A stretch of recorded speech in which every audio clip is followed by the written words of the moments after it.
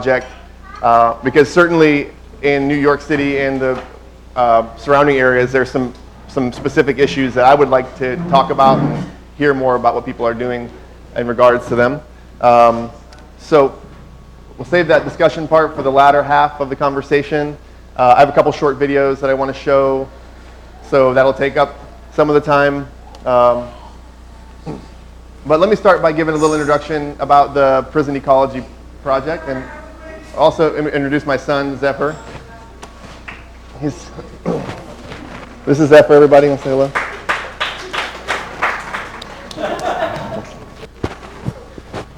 So he'll be here terrorizing the event throughout the evening. Go for the microphone. Also, want to let people know that we're live streaming the event, so I think the live stream is all facing this way, but if you have questions or you want to speak in discussion, just know that it's being live streamed. So a little bit more about myself and the Human Rights Defense Center. How many people here have heard of Prison Legal News? All right. It's a magazine that started coming out 25 years ago from Washington State prisons by a former prisoner who then started the Human Rights Defense Center. And it was that publication that really, I think, spurred the Prison Ecology Project, because one of the big things that they had been doing was public records requests. For many years, getting agencies to cough up the information that they didn't necessarily want to come out, but are bound by law and required to produce. And so a lot of the stories that we've covered have come from that. And so, for example, the newest issue is about deep-seated culture of violence and abysmal medical care at Rikers Island. Some of y'all may already be familiar with that issue. But we also covered recently an expose about how jails and prisons are replacing human visits with video visitation. That was a big report that was covered. Modern-day slavery in America's prison workforce. The FCC regulating prison phone rates. Prison bankers cashing in on captive customers, and how new private companies are getting these contracts for basically doing everything in prisons. So those are the sort of things that have been covered in Prison Legal News for the past 25 years. The issue that, this is kind of sneak peek here of the August 2015 issue. The title is Greenwashing Washington's State Prison System in a River of Sewage. And it's the first time that there's been an explicit cover story about environmental issues to this extent. Now, Prison Legal News has been reporting on environmental issues in various ways, especially around water pollution in and around prisons. But this expose and this feature, I think, is a big step for surfacing the kind of story that we've been talking about. And it's one example of, I think, bringing this issue into the world in a way that we haven't really seen happen outside of local campaigns and kind of isolated fights against, say, a prison being cited in a new area. And so we're excited to be doing this work and introducing a kind of new concept into the movement about an intersection of organizing between environmental and criminal justice reform advocacy or prison abolition. And so my personal role in that has been through coming from the Earth First movement, so the environmental grassroots organizing movement. And in the past 10 or 12 years, seeing a lot of people go to prison for in my direct experience, for the first time, getting serious sentences related to these new terrorism enhancement efforts and new laws like the AETA criminalizing certain forms of protest. And so in some ways, those political prisoners became an entry point for people like myself in the environmental movement to start looking and understanding prisons better than I had previously, as a person who came from a movement that didn't have as much direct experience with that. Although I went to the Jericho March in 1998, and I've been familiar with political prisoner organizing in a kind of narrow sense, but understanding prisons in a broader context, I think, is coming to the environmental movement, unfortunately, through the lens of the Green Scare and things that happened in the recent decade. So that's what I'm bringing to the table, is some of those connections and relationships and an understanding that I'm trying to develop, and how the environmental movement can contribute to the organizing against prisons and around criminal justice. Developing some of the tools. It's familiar with, and also bringing some of the resources from well-funded movement as it goes. The environmental movement has a lot of financial resources that may not be present in other organizing specifically related to criminal justice, and I would like to see that bridge built in a way that the intersections and the cross movement organizing happens in a way of growing power for sort of work we're doing. Let's see. So I have a short video that some people may have seen. It came out from 2011, and it's about Rikers Island. I'm only going to show a little brief clip for, especially if you haven't heard the story. It's really kind of a foundation of some of the things that we're talking about when we refer to prison ecology as a concept.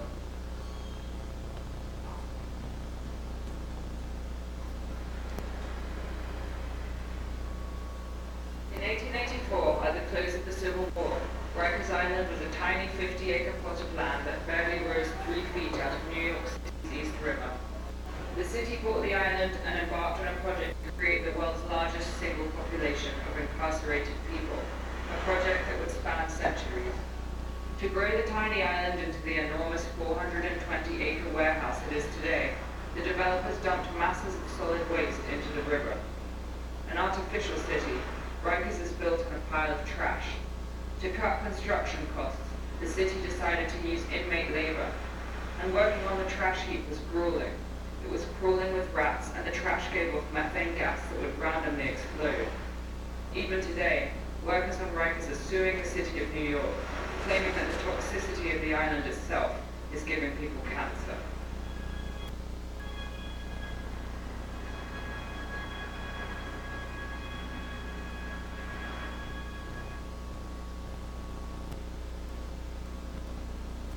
Rikers Island is one example of dozens, hundreds of prisons probably we've been exploring explicitly that were built on sites of former landfills, mines, military operations, uranium milling, toxic and hazardous areas with Superfund sites designated by the EPA that you couldn't build a condo or a townhome or a strip mall, but you can pile people by the thousands into a building.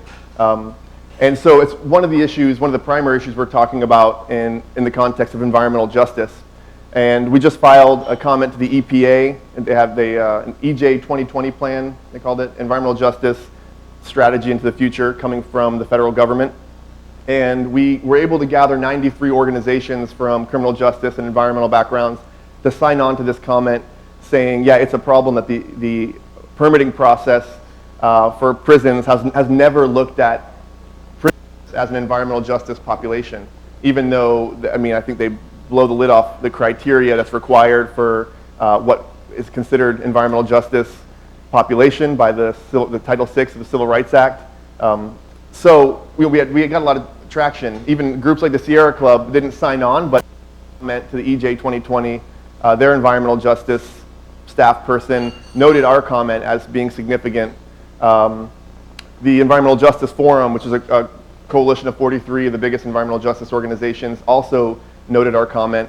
So adding those together, that's like 140-some of the most well-organized and large-scale environmental and human rights organizations in the country that just as of last looked at this and said, oh, maybe this is an issue.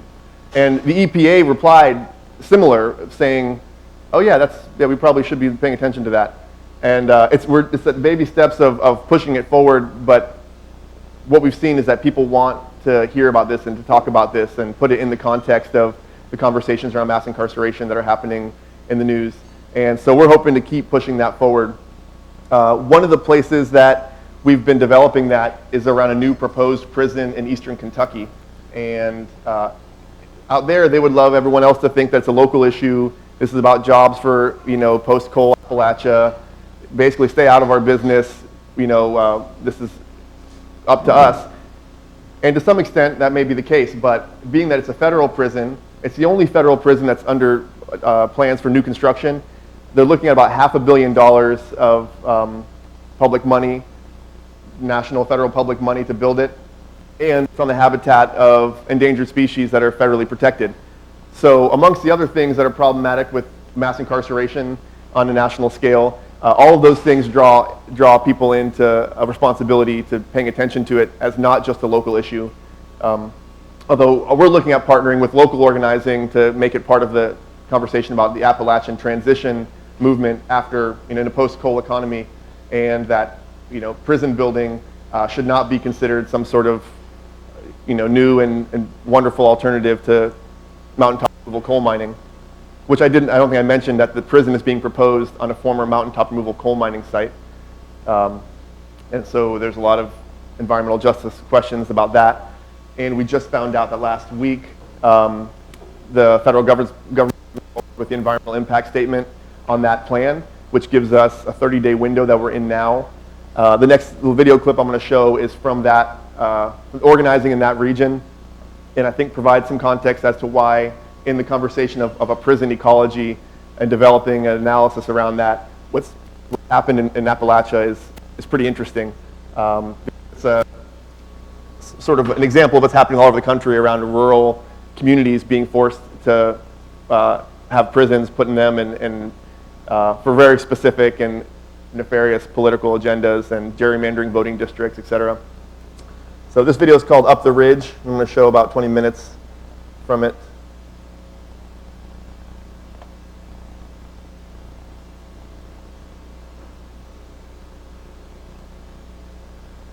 Okay, let's start that again.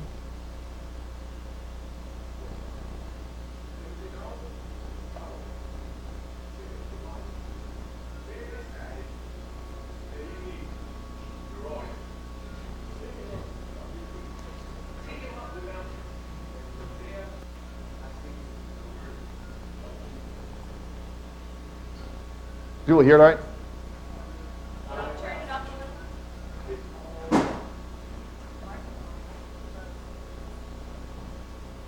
Okay.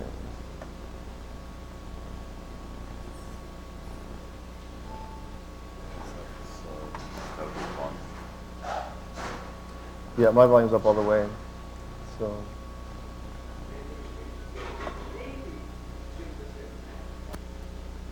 It's the same.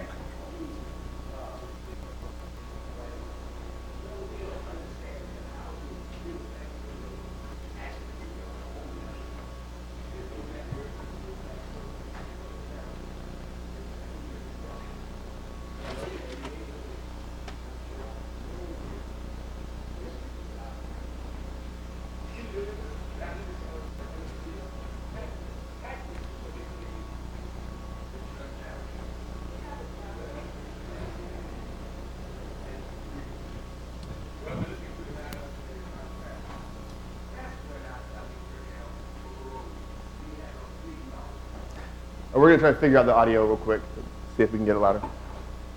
And maybe we can hit lights for a little bit too. I don't know. That would help. Is there a central? That's it? Well, for that system, there's a volume control, but we can't do it anything different from the other. The Rikers piece was fine. It was fine, right? Yeah. Must be the audio in the file. Well, let's see. After this person's interview, maybe it'll pick up. Yeah. Okay. Features, captions.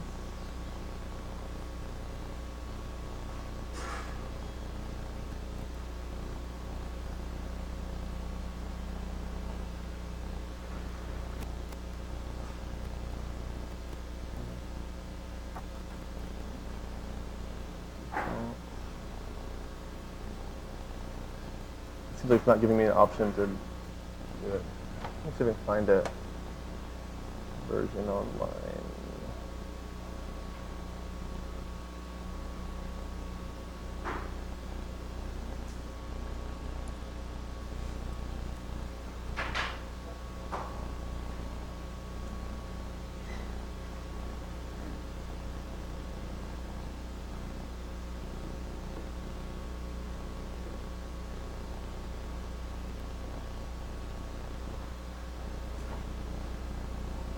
So this is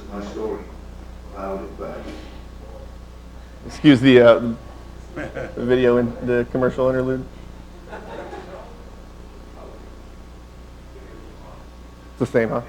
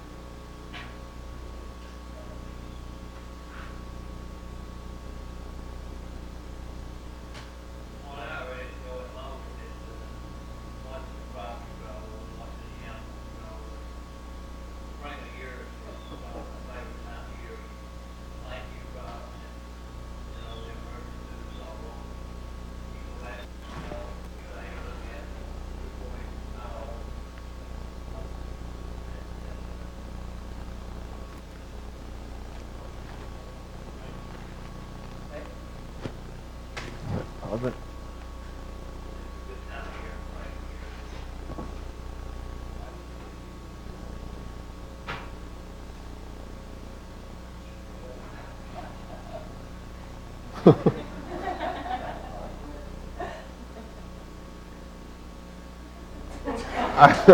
That doesn't seem right.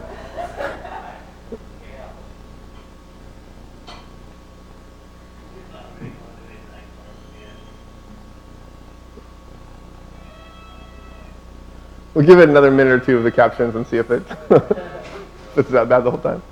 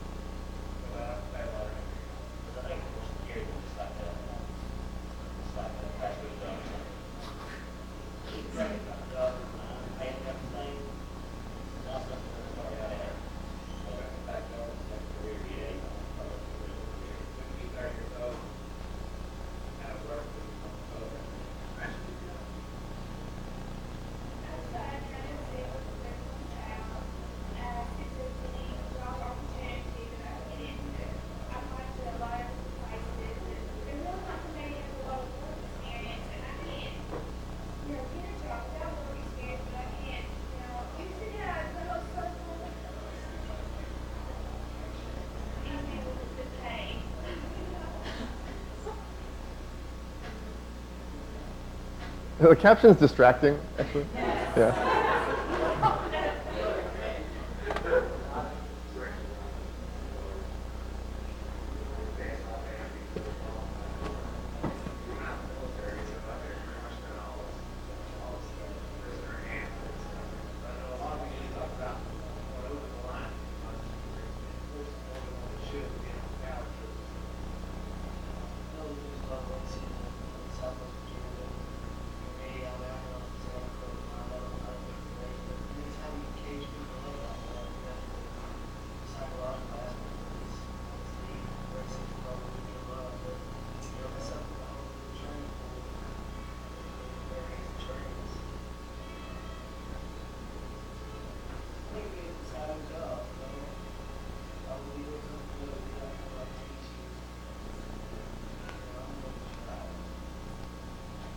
The unique thing about this institution is the state doesn't separate prison in half. So you have 600 inmates on one side, 600 on the other. They cannot interact with each other. So you're running two prisons right at once. One of the unique things in any prison is noise. Noise in prisons provide more stress for staff inmates than anything. Here it's different. Do all of them.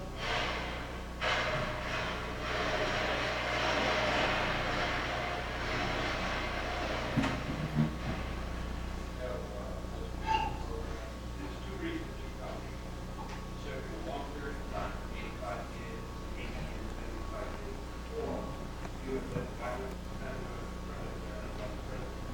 all of those elements up here in the right on that. Supervisor, if you're any way in, you're any way out.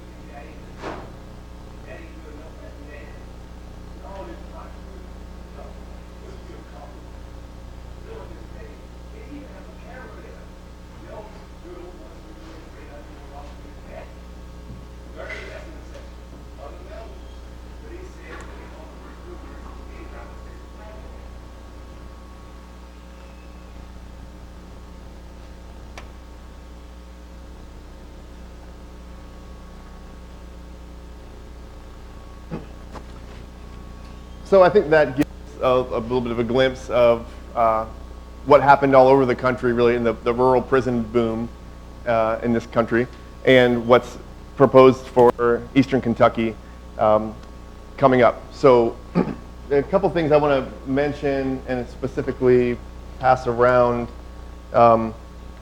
We're trying to generate comments for, in this 25-day window, that's what's left of the 30 days, we would like to get as many comments as we can in from people around the country.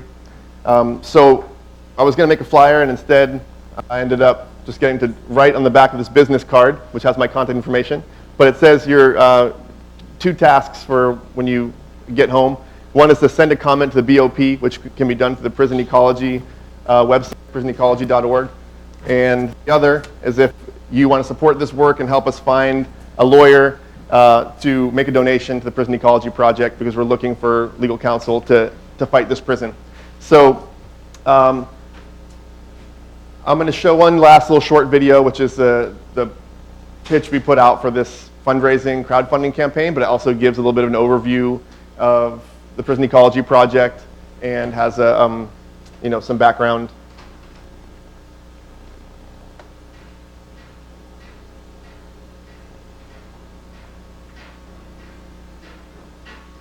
Environmental pollution and mass incarceration are among the most fundamental examples of injustice in the U.S., where these intersect is a critical arena in the fight for social change, where the health of millions of people and the integrity of entire ecosystems in that state.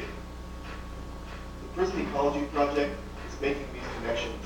As part of the Human Rights Defense Center, we are ready to push forward and dismantle the toxic environments that prisons produce, both for the incarcerated and for the people in surrounding communities. $15,000 will fund staff to compile and analyze data, organize to halt the construction of new prisons, and expose the pollution caused by existing prisons, jails, and detention facilities.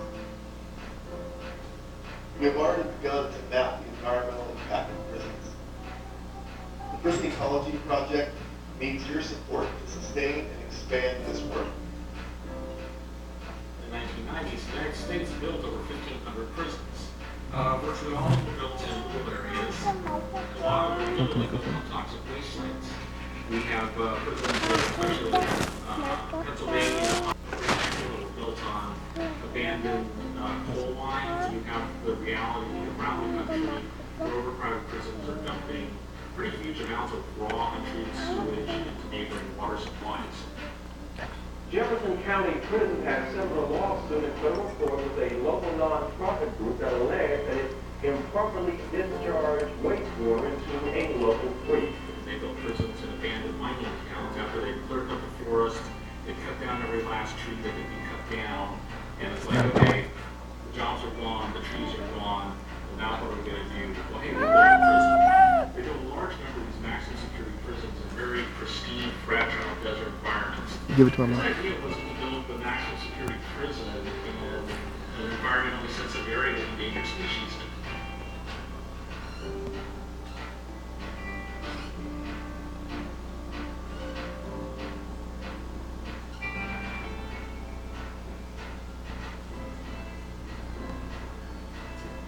And that's one of the things that is the large unasked question. It's, why were these prisons built in such fragile areas? We've got kind of a dearth of data in the sense of, we know it's an issue, no one really knows even how widespread it is, or even how big of an issue it is, because the research just hasn't been done.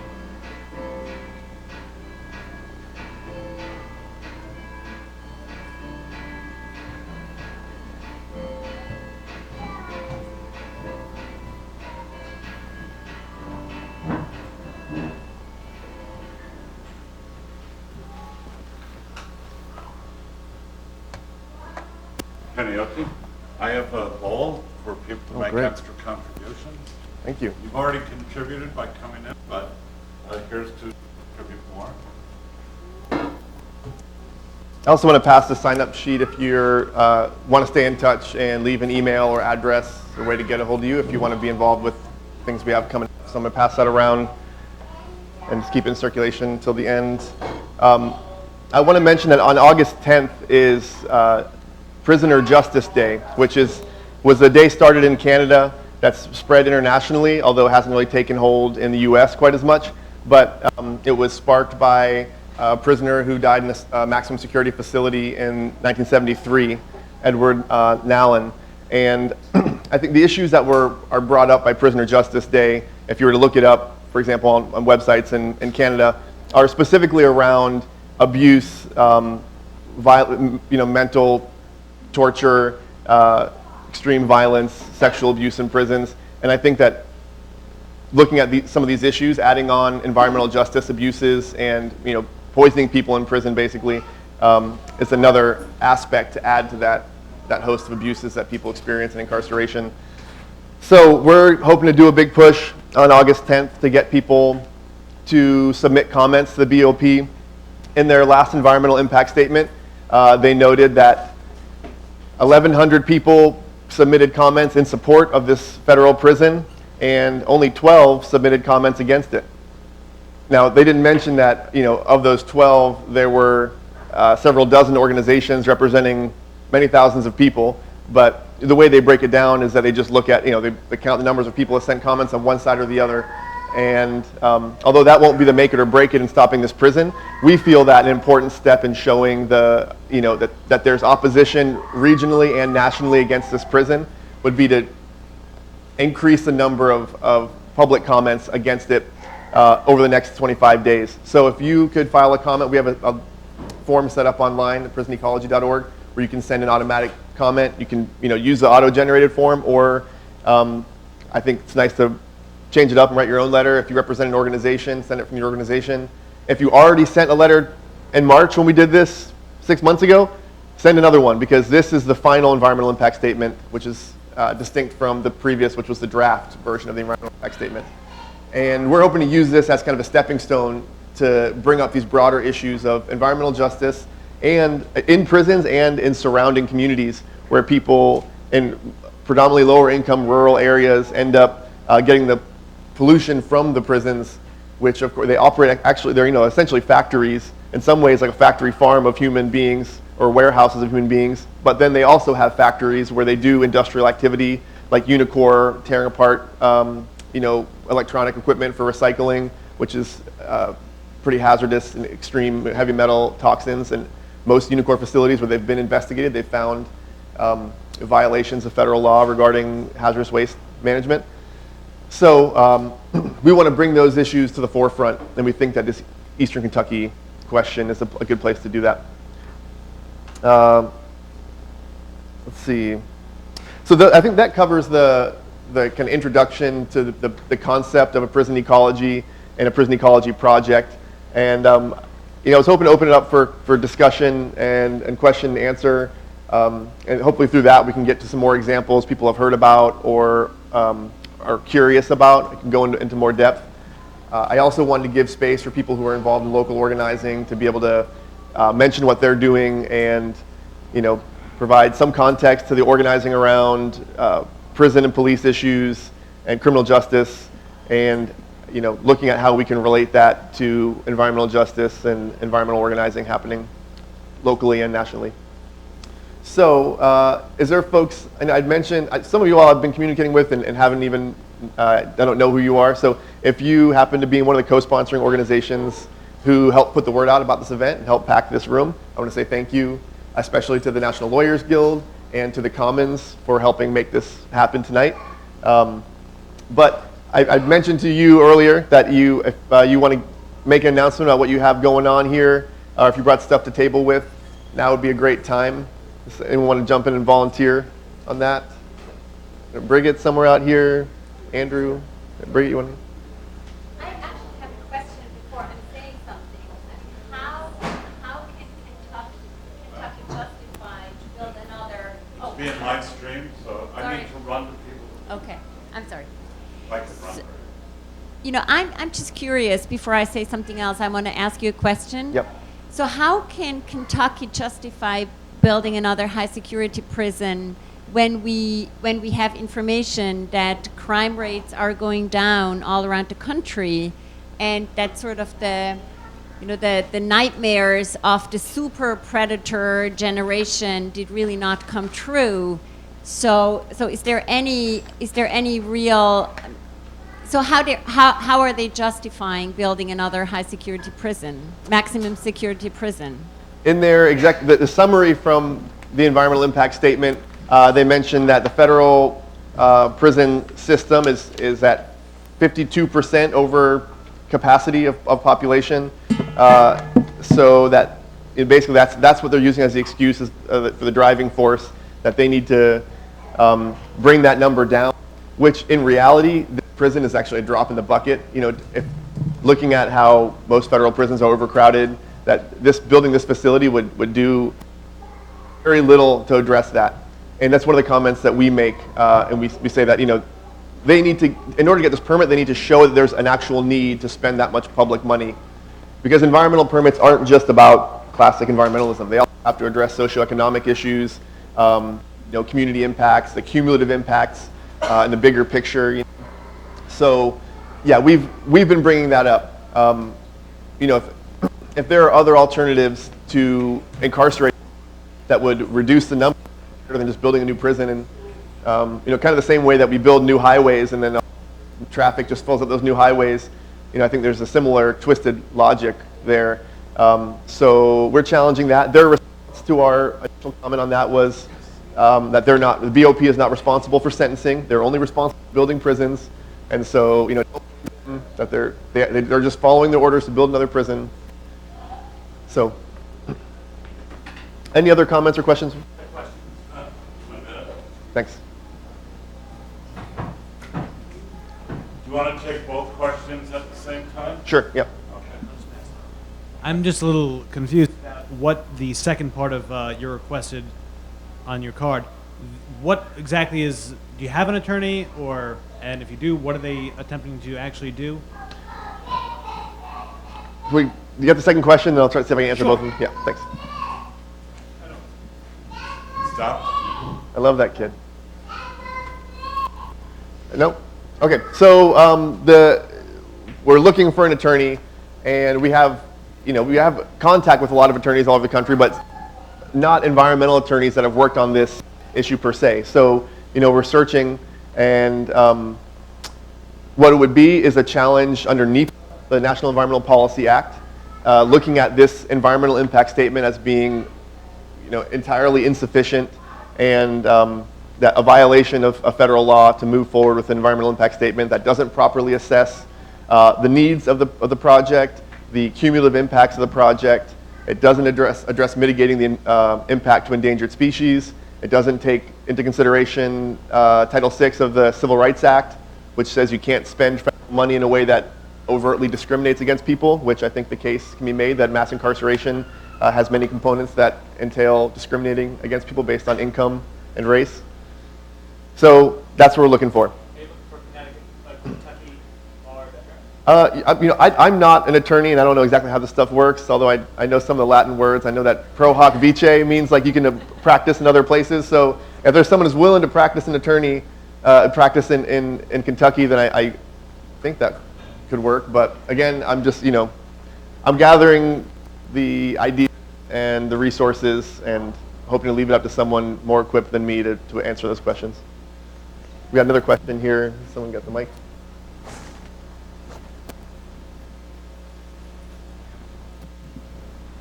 Hi.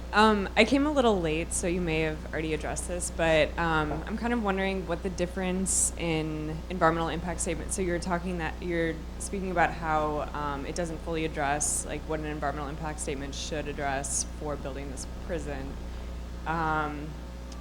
Like how does this differ from other facilities being built, and how are they getting away with it not address? I guess I'm kind of confused as to how it doesn't. Other industrial facilities like pipelines or power plants and that kind of thing, or? So I guess is it like because prisons don't have to adhere to the same kind of regulations that other facilities adhere to, when you build. It's something that we're actually just covering now, and a series of FOIA public records better because we haven't been able to get a clear-cut answer. The up with is that similar to how prisoners are counted in the census for specific political ends when they want to gerrymander a voting district, it seems like the numbers that the Environmental Protection Agency uses are based on census figures, and there's different kinds of census, data sets. If people are familiar with this stuff, they do an annual, American Community Survey, and they do the decade, general population survey, and they chop up the statistics in different ways for different purposes. And from what we could tell, what was explained to us, the EPA is using data sets that don't view prisoners as residents of the area, which is, it's ironic because it's the opposite for this like gerrymandering voting districts. But I think that just looking at how the Census Bureau puts out data sets, that it's, flexible with the intention of being like valuable in different ways. But I think in some ways, either it's being manipulated poorly, or it's, they just haven't really caught up with figuring out how to do it. I think their excuse before is like, whoops, we left out some million people, but we're still figuring that out. And so that's part of the project is to be doing. I mean, I'm sitting on a bunch of public records from the I've gotten to pour over records of recent, last decade plus of permitting prisons. And so I'm working with some other folks that have also been they've confirmed that they've never seen it done. We're looking more thoroughly to see how, how it's been addressed, if ever. The one place actually that we've seen environmental justice for prisoners addressed was here in the Hudson Valley, New York State, around the Sing Sing prison and the relicensing of Indian Point, the nuclear plant, which I don't know if anyone followed that, but one of the groups that we've been in touch with is the Clearwater group in the Hudson River, and they took the lead on challenging the relicensing of that nuke plant. And one of the things they brought forward with expert testimony was that, there wasn't an evacuation plan, basically, or a safety plan for in the case of a problem at Indian Point. And so the prisoners that were locked up there faced a higher likelihood of, whatever the kind of terrible shit that happens when a nuclear plant melts down. So, I mean, we know what that looks like a little bit from Fukushima, for example. Like, I think that was somewhat sparked the conversation. And a judge actually said, yeah, you have a point. There's concerns here. I was hoping to have someone here to be able to give better detail on that. Although the public records are, if you look it up, you can find it online, the transcripts from that hearing.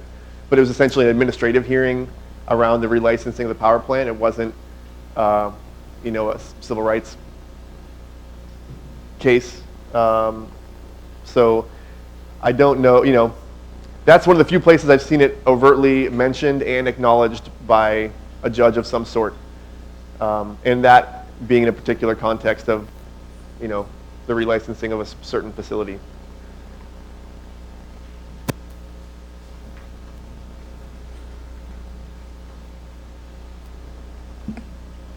Are there any examples of prisons that were actually ecologically soundly built or operated? And are there any prisoner lawsuits around these issues? There is a big push for building prisons with LEED certification now, which is kind of twisted and sick. And the cover article actually about the new Prison Legal News is a reference to that, because Washington State really kicked off this big push for, we're going to build the first green prisons. The University of Washington program was called Sustainability in Prisons, was helping develop that. And it happened that just as they certified the first prison facility as a LEED building, they quietly were also dumping sewage by the hundreds of thousands of gallons into the Skycomish River, which runs into the Puget Sound, for a decade. We just surfaced a bunch of public records that showed a decade's worth of sewage spills that have come out since the LEED certification, which in my opinion, it's like, you can only, you can put rain barrels and solar panels up, but if what you're doing is disgusting and and egregious, then it probably doesn't matter that much. And that prison actually happened to also be a solitary confinement unit, that was like a portion of the green building. And so it got some criticism from human rights groups, just pointing out the contradictions. But, so yeah, maybe they are making prisons more energy efficient. And I don't think it really matters that much, because the greenest prison is the empty one. Prisons inherently are pollution producers, energy hogs, water hogs, and you can only be so environmental when you're dumping. Most of them have permits to dump 300,000 and 400,000 gallons of wastewater a day. So. Of pending lawsuits against existing prisons around environmental issues. It's a little bit kind of nuanced. Like some of the examples, Pennsylvania, there's a big fight at Fayette State Correctional Institution where the prison is built next to a coal ash waste dump. And so we got all the complaints of people having skin irritations, eye problems, inflammation, all kinds of problems related to inhaling the toxic material that's in coal ash, including guards who are complaining about it too, and they're not there 24/7.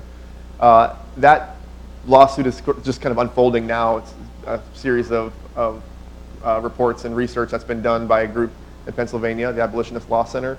So they're kind of pioneering something pretty interesting. The other one that comes to mind that we've been looking at is lawsuits around valley fever in the Southwest, in California mostly, and some in Arizona.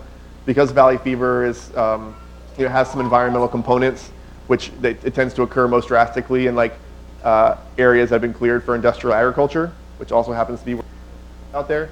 And people impacted are disproportionately impacted based on being locked in a building and not having adequate access to health care. And they've won some class action suits around the valley fever issue, which is related to breathing in spores from, they're naturally occurring, but the amount that they're occurring has been impacted, people say, by climate change or by, big agriculture. So that's also kind of a model case it's more of a medical, it's considered more of a medical case than an environmental case, but it could definitely have implications for similar style class action battles.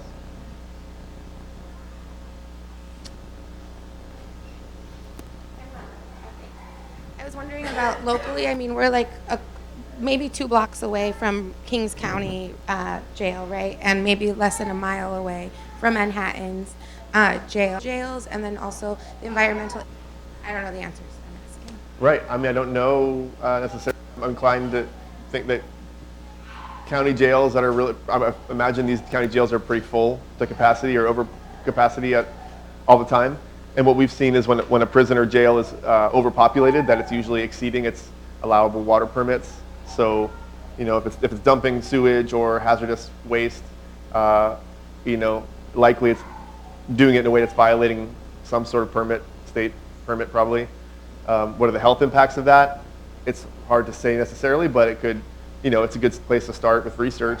And and I think a lot of research has been done at Rikers Island around things like that. Also, the relation to where it was built. I think even in urban areas, jails tend to end up in sites that wouldn't get permitted for something else. Like we're looking at in Washington State, in the Seattle area, a new youth detention facility being built there, and also an immigrant detention facility that was built a few years ago, both of which are in very close proximity to Superfund sites. And so, that's one issue that resurfaces a lot. I don't know that it's resulted in any noteworthy challenges that have helped stop the prisons, but again, it's this seems like an issue that's kind of been under the radar for, at a national scale. If you were to search for stories about this stuff, the most part it's relegated to some local small town papers or very kind of narrowly focused news coverage. So I don't know for sure. I have a question. The title of tonight's talk is The Ecology of a Police State, and it's a title that brings us out tonight. One really doesn't think that often when you think of police state, of the environmental or the ecological impact. Why did you title tonight's talk "The Ecology of a Police State"? I thought it would get you all to show up. I thought that might be part of it. And I think that the prison system is like one of the most clearest and egregious examples of the police state in a systemic way. I think we tend to look at like the police killing people in media than it has in years past, but on average, 5,000 people die in prisons in this country through either through being killed or things that preventable medical situations. So we need to look at prisons as a very clear extension of the police state. And in some ways, really the kind of industrial driving force behind why people are locked up, why the police are arresting so many people, because prison is an industry. So, I do think that it could have been ecology of a prison nation or prison state, but that's not as catchy. So, yeah. Security level of prison Maximum security. Okay, so I was wondering about that because it's kind of silly in a way. DOP says that they're just, oh hey, we're just jailers. That's what they like to do anytime they're confronted with anything. But the truth is that they designate people as security level. So building a maximum security prison doesn't necessarily mean that they're going to take 1,500 people from the crowded maximum prison in that example. It means that the people that are going into the system are going to be designated at a higher rate maximum. Because they know on the national level, the people that designated in Texas, and they're looking at like the national 123 institutions. So knowing that they have this huge, like they might populate it with 200 people to start, but they're going to get up to 50 in these new prisons, so they can get up to about 2,000. They're looking at about 1,400, 12, yeah. So, okay, maximums aren't even. Maximums are not the most crowded. It's like the most crowded in the federal system are low, 34% of the people, and then you have medium. The maximums are relatively uncrowded. You got a lot of people that single wall. They don't like to jam people in like they do in lower institutions, because the rate of violence tends to be higher Yeah. at the higher institutions. So really, what they're going to do is they have take 200 to 300 people from other maximums. And then they're just going to, as we do the system, jam them in there. So that if it's 34% overcrowded, they'll drop it to 29. But really, it's not doing anything. It's like you said, it's like the parking analogy, or like George Carlin with the house. Like you get a big house, you build shit.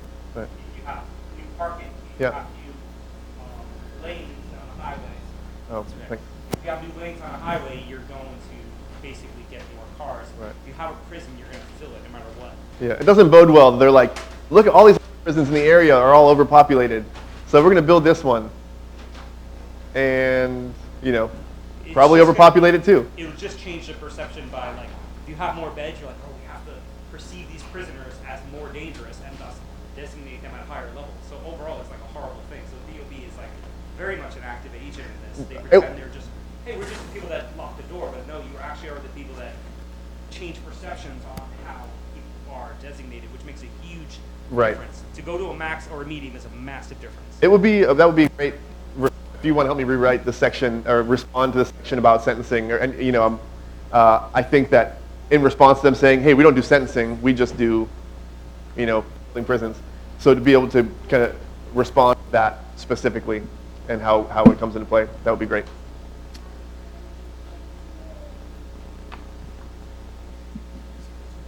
I will. Hi. A quick question. Are you working with people or organizers around experimentation on incarcerated people? It's come up. Not yet. I mean, we've been getting a steady flow of letters through PLN's, Prison Legal News mail stream. And so we're kind of just organizing them and cataloging them. And some comments have come in about issues related to that, but not in a way that we've been able to respond to, like a invitation for people to send us your issues about, environmental justice related things, which I think would probably bring more info like that in. But if you have some and you want to share it, that would be great. I think my point is the connection of population control and eugenics, and I'm the other, but I'm hard. But thank you. Yeah. Do it. Yeah. This is my good friend Kara.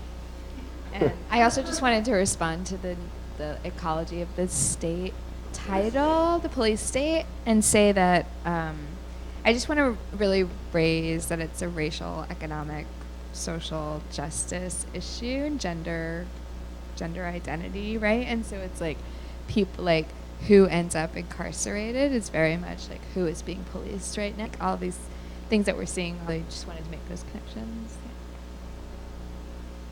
Thank you. I mean, in case people don't spend their days poring over prison statistics, you know, it's been laid out very clearly that every state in the country has a disproportionate representation of Black, Latino, and Indigenous people. Like even the states that are super white, Vermont, Montana, still have disproportionately high rates of incarceration of Black and Indigenous people. So, you know, it's real. Thank you.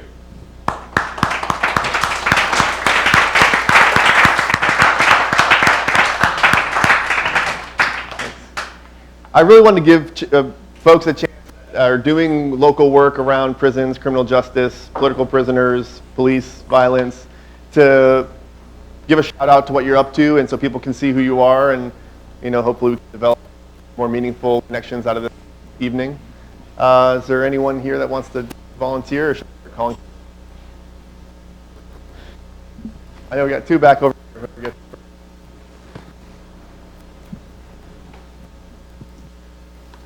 Hi everyone, my name is Andrew. I'm with the New York City Anarchist Black Cross, and we are a collective who organize support for U.S. held political prisoners and prisoners of war. Everybody's going to get one of these great postcards that are coming to you right now. They are for an event that we've been doing every other Tuesday for a little over 8 years, and it's a letter writing dinner for political prisoners. The concept is very simple. We make a big meal, we provide stationery and postage and a little bit of background information on one or a few prisoners and get folks to write letters. And then on Labor Day weekend, we do that at the base. It's an anarchist space in Bushwick, Brooklyn. And on Labor Day weekend, Sunday, September 6th, we are organizing our 8th Running Down the Walls. And that's an event that happens all over the world, primarily in the United States. And it's organized by prisoners on the inside as well as support folks on the outside. And it's a 5K run. And the funds that we raise go to get split 50-50 between the Anarchist Black Cross Federation's War Chest program, which dispenses funds monthly to prisoners. And then we pick a different local organization each year for the other 50%. And this year it's going to Family and Friends of Maliki Shakur Latin. If you would like more information about Maliki, we've got that and a bunch of other like free literature back in this corner of the room. Sorry if I took up too much time. That was awesome.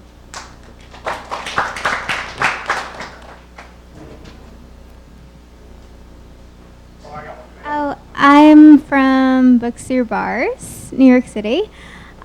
We send free, we're an all volunteer group that sends free books to people incarcerated all around the country. If you want to donate books or volunteer or donate to us, you can check out booksthroughbarsnyc.com, and you can also find out how incarcerated people can write to us and request books for free. Thanks. Can I send you home with a stack of prison legal news to ship out to people with your books? Great, thank you. Hi, I just wanted to announce an event that I'm working on. It's called Punk Rock Karaoke, and it's going to be happening August 29th at a place called the Silent Barn in Bushwick. And it is going to be a benefit for the legal defense of 2 animal rights activists that were indicted for animal enterprise terrorism.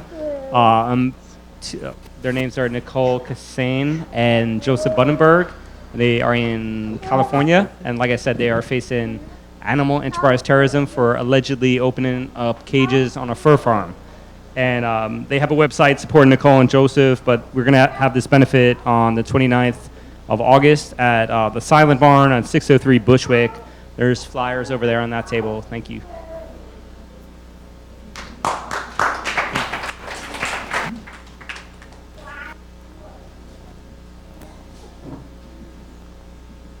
I'm Sharon Salam, and I'm with a group called March for Justice, April 2016. We work on issues regarding the wrongfully incarcerated. My son, Yusuf Salam, was one of the wrongfully incarcerated in the Central Park jogger case. And we've looked at a number of the issues related to that case, and we're trying to move for legislative change in terms of what we see as major problems that affect the wrongfully incarcerated and their families. And we're hoping that many of you will come on board. I have a flyer here from the crowd. I didn't bring enough, but we'll pass it around. And for those who are interested in joining us, we meet every month in our plans, and we're looking for you all to at least join us. If you can't come to our meetings and help us organize, join us in Albany, April 2016, with bus loads of people regarding this issue of the wrongfully incarcerated.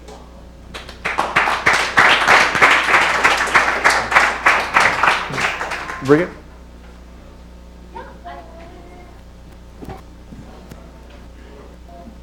Hi, I'm with the National Police Accountability Project, which is a project of the National Lawyers Guild. And we are a membership organization of civil rights attorneys who litigate cases, civil cases against police and corrections, and of advocates who pursue other avenues to hold law enforcement accountable. And we signed on to the letter or the comments to EPA because we really think it is very important to highlight all the destructiveness and the toxicity that comes out of prisons. And I tend to say, there is some real toxic environment in prisons, but there is also a figurative toxicity to prisons that really kills not just people's bodies, but people's souls. And so I think it's really important for us all to look at all aspects of the prison industrial complex and to dismantle it and to point out all the really destructive elements. And that was one of the reasons why we signed on to this campaign and hope to support the Human Rights Defense Center in that project. Thank you. Hi, I'm Harrison. I'm part of the Jackson Heights Cop Watch team. We're part of the Justice Alliance, and also we organize under the Justice Committee. Cop Watch is it's a practice of community self-defense, and so we encourage everybody, whenever you stop upon a police action, whether or not be quote-unquote justified or just them trying to make their quota, we suggest you guys take out your phones, because all our phones now have pretty good cameras, and film that and post it on the internet, or send it to one of the organizations that can handle and disseminate this type of film. And get organized with your local community, maybe do some patrols. And in addition to the political prisoner writing, letter writing, there's also Cop Watch that is being organized out of the base in Bushwick, and that meets every week. So I really encourage you guys to come to the letter writings, as well as get in touch with the local network to really take back the streets and protect each other and your community. So, word.